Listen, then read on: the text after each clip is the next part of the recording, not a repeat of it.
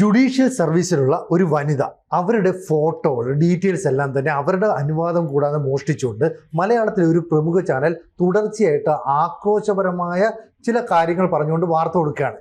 ആ വാർത്ത കൊടുത്തതിനെ തുടർന്ന് ആ വ്യക്തിക്ക് അവരുടെ കുടുംബത്തിനൊക്കെ തന്നെ പൊതുസമൂഹത്തിൽ ഇറങ്ങി നടക്കാൻ കഴിയാത്ത ഒരു സാഹചര്യം ഉണ്ടായി. അത് ഒരു ജഡ്ജിക്ക് നേരെയാണ് ഉണ്ടായ പരാമർശം. അതായത് ജുഡീഷ്യൽ സർവീസിലേക്ക് കയറുമ്പോൾ ഒന്നുകിൽ മുനിസിപ്പായിട്ട് അല്ലെങ്കിൽ മജിസ്ട്രേറ്റ് ആയിട്ടാണ് തുടങ്ങുന്നത്. അവർക്ക് വേണമെങ്കിൽ സുപ്രീം കോടതി ജഡ്ജി വരെ ആയിട്ട് മാറാം.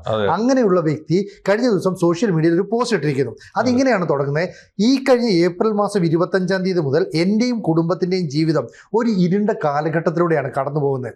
മരമുറി കള്ളന്മാർ എന്ന പേരിൽ അറിയപ്പെടുന്ന റിപ്പോർട്ടർ TV യാതൊരു അടിസ്ഥാനവുമില്ല ഞാൻ DMOയുടെ സീലും ഒപ്പും ഒക്കെ മോഷ്ടിച്ചുകൊണ്ട് കുറച്ച് പണം റീഇംബേഴ്സ്മെന്റ് നടത്തി എന്ന് പറഞ്ഞിട്ടാണ്. ഇവരുടെ ഫോട്ടോ വെച്ച് 25 തവണ ആ ചാനലിൽ വാർത്ത വന്നു എന്നാണ് ഇവരുടെ പ്രധാന ആരോപണം. മാത്രമല്ല എൻ്റെ കുടുംബാംഗങ്ങളുടെ പേരും ഇതിലേക്ക് വലിച്ചിഴച്ചു. എനിക്ക് അപമാനം സഹിക്കാൻ കഴിയുന്നില്ല. ഞാനോ എൻ്റെ കുടുംബവും ആത്മഹത്യ ചെയ്തിരുന്നുവെങ്കിൽ സത്യം പുറത്തു വരില്ല.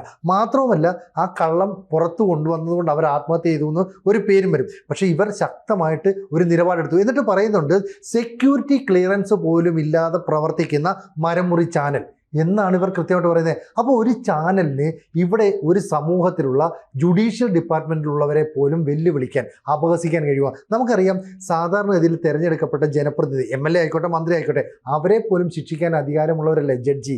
അവരെയാണ് ഇത്തരത്തിൽ പ്രത്യേക ഒരുപാട് പ്രിവിലേജ് ഉണ്ട്. അവർക്ക് പൊതുസമൂഹങ്ങളിൽ കൃത്യമായിട്ട് ഇടപെടാൻ പറ്റില്ല, സോഷ്യൽ മീഡിയയിൽ പോസ്റ്റ് ഇടാൻ പറ്റത്തില്ല, അവരുടെ രാഷ്ട്രീയ മതപരമായ നിലപാട് പറയാൻ പറ്റില്ല. എന്നിട്ടും അവർ സോഷ്യൽ മീഡിയയിൽ ഇങ്ങനെ ഒരു പോസ്റ്റ് ഇടണമെങ്കിൽ എത്രത്തോളം മാനസിക ബുദ്ധിമുട്ട് അനുഭവിച്ചു? തീർച്ചയായിട്ടും ഇത് നമ്മുടെ സമൂഹത്തിൽ വന്നിരിക്കുന്ന, നമ്മുടെ സിസ്റ്റത്തിന് വന്നിരിക്കുന്ന ഏറ്റവും വലിയ അപജയമാണ്. അപജയം എന്ന് വെച്ച് കഴിഞ്ഞാൽ, ഇപ്പോൾ ആദ്യത്തെ 3 എസ്റ്റേറ്റ് കഴിഞ്ഞിട്ടാണ് ഈ 4th എസ്റ്റേറ്റ് വരുന്നത്. പക്ഷേ പ്രശ്നം എന്താണെന്ന് വെച്ചാൽ, ഈ 4th എസ്റ്റേറ്റ് എന്ന് പറയുന്ന മീഡിയക്ക് വല്ലാത്തൊരു പ്രിവിലേജ് ഉണ്ട്. അവരുടെ കയ്യിൽ ആണ് ഒരുപക്ഷെ അവരാണ് ഈ നമ്മൾ പറയില്ലേ മീഡിയ ആക്ടിവിസ്റ്റ് എന്ന് പറയില്ലേ.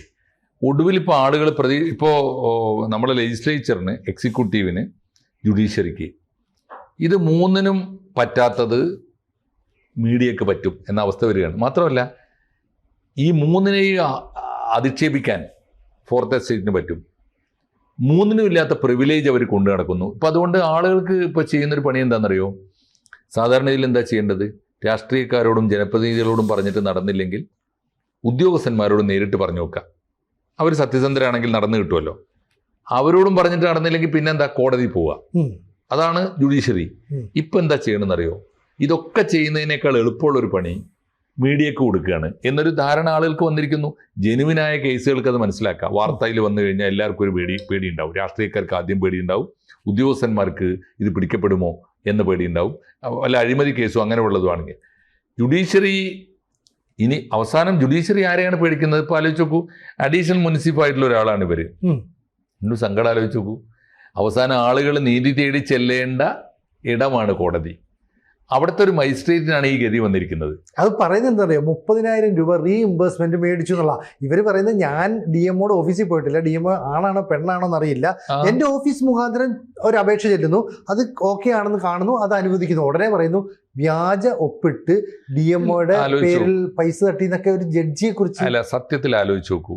ആ പരാതി ഒരു പബ്ലിക് ഇൻട്രസ്റ്റുള്ള പരാതി പോലും ആണോ? അങ്ങനെ ഉണ്ടെങ്കിൽ ഇവരിപ്പോൾ കാര്യമായി കണ്ടെത്തി എന്ന് പറയുന്നത് എന്താ? കണ്ടെത്തി എന്ന് പറയുന്ന രേഖ ഒന്ന്, ഒരു മജിസ്ട്രേറ്റിൻ്റെ വരുമാനം വെച്ച് നോക്കുമ്പോൾ 30,000 രൂപ പറ്റിച്ചു എന്നാണ് പറയുന്നത്. ആരെ പറ്റിച്ചു? സർക്കാരിനെ പറ്റിച്ചു. എന്നിട്ട് ആരെ? DMOയുടെ വ്യാജ ഒപ്പിട്ടു. എന്നാൽ അങ്ങനെ ഒരു കംപ്ലൈൻറ്റ് DMOക്കുണ്ടോ? ഉദ്യോഗസ്ഥന്മാർക്കുണ്ടോ? സർക്കാരിനെ പറ്റിച്ചു എന്ന് സർക്കാരിനുണ്ടോ? ഇല്ല. ഇവർ എവിടുന്നോ ഇത് ഇവരോടുള്ള പ്രത്യേകമായ പകയോ വൈരാഗ്യമോ വെച്ച് ഇത് ഉള്ളതോ ഇല്ലാത്തതോ ആയ രേഖ ഉണ്ടാക്കിയിട്ട്, ഒറിജിനൽ രേഖയാണല്ലോ ഇവർ കൊടുത്തിരിക്കുന്നത്, ഒറിജിനൽ രേഖ സബ്മിറ്റ് ചെയ്തിട്ടുണ്ടല്ലോ, ഇതിൽ ആരും ഒരു പരാതിയില്ല. പിന്നെ 30,000 രൂപയുടെ പേരിൽ ഈ നക്കാപ്പിച്ചയുടെ പേരിൽ സമൂഹത്തിൽ ഉന്നതമായ പദവിയുള്ള ഒരാൾ, ആലോചിച്ച് നോക്കും, ജുഡീഷ്യൽ ഓഫീസർ ആവണമെങ്കിൽ ഒരു സാധാരണ കുടുംബത്തിൽ നിന്ന് ഒരാൾ, അതും ഒരു ലേഡി, എന്തുമാത്രം അധ്വാനിച്ചിട്ടും കഠിന പ്രയത്നം കൊണ്ടൊക്കെയാണല്ലോ എത്തിച്ചേരുക. കാരണം അറിയാലോ, അത് ഒരു ജുഡീഷ്യൽ ഓഫീസർ ആവണമെങ്കിൽ ആദ്യം ബാരിസ്റ്റർ മീൻസ് വക്കീലാവണം, അഡ്വക്കേറ്റ് ആവണം. അഡ്വക്കേറ്റ് ആകണമെങ്കിൽ ആദ്യം അതിൻ്റെ ആദ്യത്തെ ഘട്ടം +2 കഴിഞ്ഞിട്ട് എൻട്രൻസ് എഴുതണം. +2 ഡിഗ്രിയോ കഴിഞ്ഞിട്ട് എൻട്രൻസ് എഴുതണം. അത് കഴിഞ്ഞിട്ട് LLB എടുത്ത് വക്കീലാകുന്നത്. വക്കീലായി കഴിഞ്ഞിട്ട് 3 കൊല്ലം പ്രാക്ടീസ് ചെയ്യണം ഒരു കോടതിയിൽ. 3 കൊല്ലം പ്രാക്ടീസ് ചെയ്താലേ ജുഡീഷ്യൽ ഓഫീസർ ടെസ്റ്റ് എഴുതാൻ പറ്റുള്ളൂ. എന്നിട്ട് അതിൽ സെലക്ഷൻ കിട്ടണം. 1, 2, 3 ഒക്കെ ടെസ്റ്റ് എഴുതിയിട്ടാണ്. വളരെ എളുപ്പമല്ല, ഭയങ്കര ടഫായ ടെസ്റ്റാണ്. എൻ്റെ മോളൊക്കെ എഴുതിയിട്ടുള്ളൂ, എനിക്കറിയാം. അപ്പോൾ അത് കിട്ടിയിട്ട് അതിൻ്റെ ആവശ്യമായ പരിശീലനമൊക്കെ കഴിഞ്ഞിട്ടാണ് ഒരു ജുഡീഷ്യൽ ഓഫീസർ ഉണ്ടാകുന്നത്. അത്ര റെപ്യൂട്ടേഷനുള്ള ഒരാളെ കുറിച്ചാണ് നിങ്ങൾ 30,000 രൂപ സർക്കാരിനെ പറ്റിച്ചു എന്ന് രേഖ ഉണ്ടാക്കുന്നത്. എനിക്ക് മനസ്സിലാവാത്തത്, ഇതിൽ പേര് പറഞ്ഞതുകൊണ്ട് നമ്മൾ പറയാതിരിക്കേണ്ട കാര്യമില്ലല്ലോ. ഇപ്പോൾ റിപ്പോർട്ടർ ടിവിക്ക് എന്താണ് ഇങ്ങനെ മനുഷ്യനെ ഉപദ്രവിക്കേണ്ട കാര്യമാവോ?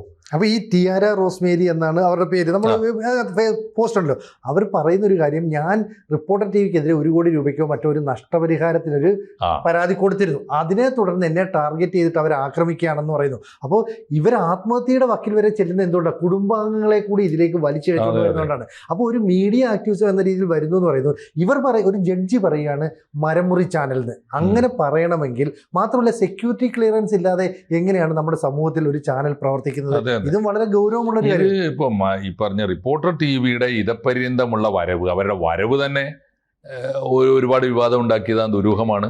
അവരുടെ ട്രാക്ക് റെക്കോർഡാണെങ്കിൽ അങ്ങേയറ്റം. അവരുടെ ന്യായമായ രീതിയിൽ കച്ചവടം ചെയ്ത് കാശുണ്ടാക്കുന്ന ഒരാൾക്ക് ചാനൽ തുടങ്ങാം, അത് തെറ്റല്ല.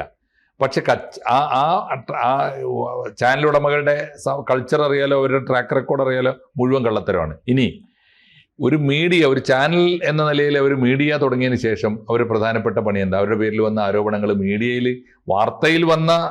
വാർത്തയിൽ വന്ന ഇത്തരത്തിലുള്ള കുംഭകോണങ്ങൾ വേറെ, അവരുടെ വ്യക്തിപരമായ വൈരാഗ്യം തീർക്കുന്ന വാർത്തകൾ, വ്യക്തിപരമായി ടാർഗറ്റ് ചെയ്യുന്ന വാർത്തകൾ.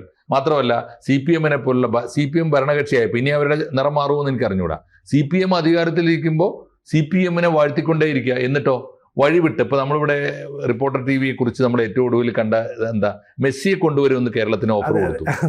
എന്നിട്ട് കോടികളല്ലേ ഇപ്പോൾ ടിക്കറ്റ് വിൽപ്പനയൊക്കെ ഒരുപാട് നടന്നു. എന്തൊക്കെ പദ്ധതികൾ ആസൂത്രണം, എവിടെയൊക്കെ വലിയ ഈ സ്റ്റേഡിയം നശിപ്പിച്ച് കുളമാക്കി. എന്ന് വെച്ചാൽ പൊതു സ്വത്ത് തട്ടിയിടുക. ഇവർ സ്വകാര്യമായ വ്യക്തികളെയും സർക്കാരിനെയും പറ്റിച്ചിട്ട്. ഇപ്പോൾ ഇന്നലെ ഇതിനോട് ചേർത്ത് വായിക്കേണ്ട ഒരു സംഗതിയുണ്ട്. അവരിൽ നിന്ന് പിടിച്ചെടുത്ത മരം ലേലത്തിന് ഇട്ടുകൊണ്ട് ഉത്തരവ് വന്നിട്ടുണ്ട് ഇന്നലെ. ഈ സമയത്താണ് ഒന്ന് മരക്കള്ളന്മാർക്ക്, ഇത്തരത്തിലുള്ള കള്ളന്മാർക്ക് അവസാനത്തെ അഭയമായി ചാനൽ തുടങ്ങുക. വേറൊന്ന്, ഈ ചാനലിന്റെ മേൽവിലാസം ഉപയോഗിച്ചുകൊണ്ട് വഴിവിട്ട് സർക്കാരിനെയും ജനങ്ങളെയും പറ്റിച്ചിട്ട് പല പദ്ധതികളും കരാറുകളും ഏറ്റെടുക്കുക. ഇതിൻ്റെയൊക്കെ പുറമെ സഹിക്കാത്തത് എന്താണെന്നറിയോ? മരക്കച്ചവടം മാത്രം അറിയുന്ന ആളുകൾ രാവിലെ എഡിറ്ററായിട്ട് ന്യൂസ് റൂമിൽ വന്നിരുന്നിട്ട് മനുഷ്യനെ വധിക്കുക. ഇയാളെ കണ്ടിട്ടില്ലേ? ഇന്ദിര പദ്ധതി, ഇന്ദിര ഗ്യാരണ്ടി ഒരു കാരണവശാലും കേരളത്തിൽ നടക്കില്ല, എഴുതി വെച്ചോ എന്നാ പറഞ്ഞത്. സതീശനെ നടപ്പാക്കി. എന്തൊക്കെ വൃത്തികേടാണ്. എനിക്കിതേ അറിയില്ല ഇങ്ങനെ ഒരാളെ. ഇതിന്റെ ഒരു കുറിപ്പ് അവസാനിക്കുന്നത് ഇങ്ങനെ, പക്ഷേ നിരപരാധികളായി എന്റെയും എന്റെ കുടുംബത്തിന്റെയും ജീവൻ ആര് വില കൽപ്പിക്കും? ഞാനില്ലെങ്കിൽ എന്റെ നിരപരാധിത്വം തെളിയിക്കാൻ ആര് മുതിരും? പലർക്കും ഞാൻ തെറ്റ് ചെയ്തിട്ടില്ല എന്നറിയാമെങ്കിലും കുപ്രസിദ്ധമായ ആ ചാനലിനെതിരെ ഒരു വാക്കുപോലും ഉരിയാടാൻ ആരും തയ്യാറാകുന്നില്ല. തരം താഴാവുന്നതിന്റെ മാക്സിമം തരം താഴ്ന്ന് എന്നെയും കുടുംബത്തെയും മനസ്സും അടുപ്പിച്ച് ആത്മഹത്യയിലേക്ക് തള്ളിവിടുക എന്ന ഉദ്ദേശത്തോടെ തികച്ചും വ്യാജ വാർത്തകൾ കെട്ടിച്ചമച്ച് ആളുകളുടെ ജീവിതം തകർക്കുന്ന മാധ്യമ ധാർമ്മികത ഇല്ലാത്തവർക്കെതിരെ ജനങ്ങൾ ചുട്ട മറുപടി കൊടുക്കും. അങ്ങനെയാണെങ്കിൽ ഈ മജിസ്ട്രേറ്റ് തന്നെ ഒരു പരാതി കോടതിയിൽ കൊടുത്താൽ അത് സംബന്ധിച്ചുള്ള അന്വേഷണവും വരേണ്ടതാണ്. മജിസ്ട്രേറ്റ് ചെയ്യേണ്ടതാണ് സത്യത്തിൽ. അതിൽ പബ്ലിക്കിൽ ഒരു ഫേസ്ബുക്ക് പോസ്റ്റിൽ, സോഷ്യൽ മീഡിയയിൽ സത്യത്തിൽ സർക്കാർ ഉദ്യോഗസ്ഥന്മാർക്ക് ചെയ്യാമോ? സസ്പെൻഷനിലാണെന്ന് തോന്നുന്നു ഇപ്പോൾ. അതുകൊണ്ടായിരിക്കാം സസ്പെൻഷനിലാക്കിയത് ഇവരായിരിക്കും. അതെ, ഈ പേരിൽ 30,000 ആയിരിക്കാം. എന്തൊരു കഷ്ടമാണെന്ന് ആലോചിച്ച് നോക്കൂ. അപ്പൊ അതില് ചെയ്യേണ്ടിയിരുന്നത്, ഇപ്പൊ അവർ പറയുന്ന അനുസരിച്ചാണെങ്കിൽ ഈ ചാനലിനെതിരായിട്ട് മാനനഷ്ടം കൊടുത്തപ്പോൾ ചാനൽ എന്താ ചെയ്യേണ്ടത്? ആ മാനനഷ്ടം ഒന്നുകിൽ ആ കേസ് നേരിടുക, അല്ലെങ്കിൽ അതിന്റെ വിശദീകരണം കൊടുക്കുക, ഇവരെ ബോധ്യപ്പെടുത്തുക, അതുവഴി പൊതുജനങ്ങളെയും ബോധ്യപ്പെടുത്തുക. അതിന് പകരം 30,000 രൂപയുടെ കേസ് ഉണ്ടാക്കിയിട്ട് ഇവരെ മാനം കെടുക്കുകയാണോ വേണ്ടത്? ആലോചിച്ച് നോക്കൂ. അവർ പറഞ്ഞ വളരെ ശരിയാണല്ലോ. അവർക്ക് വേണ്ടി പറയാൻ ആളില്ല. ഒരു മാധ്യമം, മീഡിയ ഇങ്ങനെ അതും വളരെ ഭീകരമായിട്ട് ആവർത്തിച്ച് 25 തവണ ഒരാളുടെ പേര് പറഞ്ഞിട്ട് 30,000 രൂപയുടെ അഴിമതി. അവരുടെ ഫേസ്ബുക്കിൽ നിന്ന് പടങ്ങൾ എടുത്തു എന്നാണ് പറയുന്നത്. ആയിരിക്കണം. ഫേസ്ബുക്കിൽ അങ്ങനെ സൗകര്യം ഉണ്ടല്ലോ, നമ്മുടെ പടങ്ങൾ നമ്മളറിയാതെ എടുത്ത് ഉപയോഗിക്കാമല്ലോ. ഏതായാലും ഇത് വളരെ ഭീകരമാണ്. അവർ ഒരു പരാതി കൊടുത്തിട്ട് സർക്കാരിൻ്റെയും ജനങ്ങളുടെയും ശ്രദ്ധയിൽ കൊണ്ടുവരാണ് ഒന്ന് വേണ്ടത്. 2, ഈ ചാനലിൻ്റെ പേരിൽ ഒരു പരാതി അല്ലല്ലോ, എത്ര പരാതിയാണ് നമ്മൾ നിരന്തരമായിട്ട് കേൾക്കുന്നത്. കലൂർ സ്റ്റേഡിയത്തിൻ്റെ വരെ പരാതി നമ്മൾ കണ്ടതാണ്. കൊച്ചി കോർപ്പറേഷനാണ് അതിൻ്റെ ഉടമസ്ഥത. അപ്പോൾ അതുപോലെ സ്പോർട്സ് കൗൺസിലിൻ്റെ എന്തെല്ലാം പരാതികളാണ് ഇവരെക്കുറിച്ച് വന്നിട്ടുള്ളത്. അതിൻ്റെ പുറമെ മറ്റു തരത്തിലുള്ള ആരോപണങ്ങളും ഇതെല്ലാം ചേർന്ന് വരുമ്പോൾ ഈ കേരളത്തിൽ എനിക്ക് തോന്നുന്നു ഒറ്റപ്പെടുത്തി സമരം ചെയ്ത് തോൽപ്പിക്കേണ്ട വ്യക്തികളോ ഉദ്യോഗസ്ഥന്മാരോ രാഷ്ട്രീയ പാർട്ടികളോ രാഷ്ട്രീയ നേതാക്കളോ മാത്രമല്ല. ഏറ്റവും പ്രധാനപ്പെട്ടത് ഇങ്ങനെ സമൂഹ മധ്യത്തിൽ ഒറ്റപ്പെടുത്തി മുഖം മൂടി വലിച്ചു ചീന്തി ഇവൻ്റെയൊക്കെ അടിസ്ഥാനപരമായ താല്പര്യം എന്താണ് എന്ന് ജനങ്ങളെ ബോധ്യപ്പെടുത്താൻ ചാനലുകൾക്കെതിരെയും ക്യാമ്പയിനും അവബോധവും ആവശ്യമുണ്ട്. ചോദ്യം എന്താണെന്ന് വെച്ചാൽ ഈ ചാനലുകൾ തമ്മിലുണ്ടല്ലോ ഒരു നെക്സസ്. അപ്പോൾ എങ്ങനെ ഇപ്പോൾ മനോരമയ്ക്കെതിരെ ഒരു പരാതി വന്നാൽ മാതൃഭൂമി ഏറ്റെടുക്കില്ല, മാതൃഭൂമിക്കെതിരെ ഒരു പരാതി വന്നാൽ ദീപിക ഏറ്റെടുക്കില്ല, ദീപികയ്ക്കെതിരെ പരാതി വന്നാൽ കേരളകൗമുദി മിണ്ടൂല. ഇതൊക്കെ തമ്മിൽ ഒരു ബായി സംസ്കാരമുണ്ട്. അങ്ങനെ അല്ല വേണ്ടത്. നമ്മുടെ കൂട്ടത്തിൽ ഒരാൾ മനുഷ്യത്വത്തിന് നിരക്കാത്ത വിധത്തിൽ അനീതി കാണിച്ചാൽ, ആരോട് കാണിച്ചാൽ, ഒരു ചെറിയ മനുഷ്യനാണെങ്കിൽ പോലും, ഇതൊരു മജിസ്ട്രേറ്റ് ആണ്, സാധാരണക്കാർ എത്ര പേര് മിണ്ടും? അപ്പോൾ അത് ഏറ്റെടുക്കാനുള്ള ധർമ്മം കൂടി മാധ്യമം, സ്വന്തം സഹോദര സ്ഥാപനങ്ങൾ കാണിക്കുന്ന അധർമ്മത്തിനെതിരായി ചെറുക്കാനും പൊരുതാനുമുള്ള ധാർമ്മികത കൂടി മാധ്യമങ്ങൾ ഏറ്റെടുക്കേണ്ട കാലമാണ്.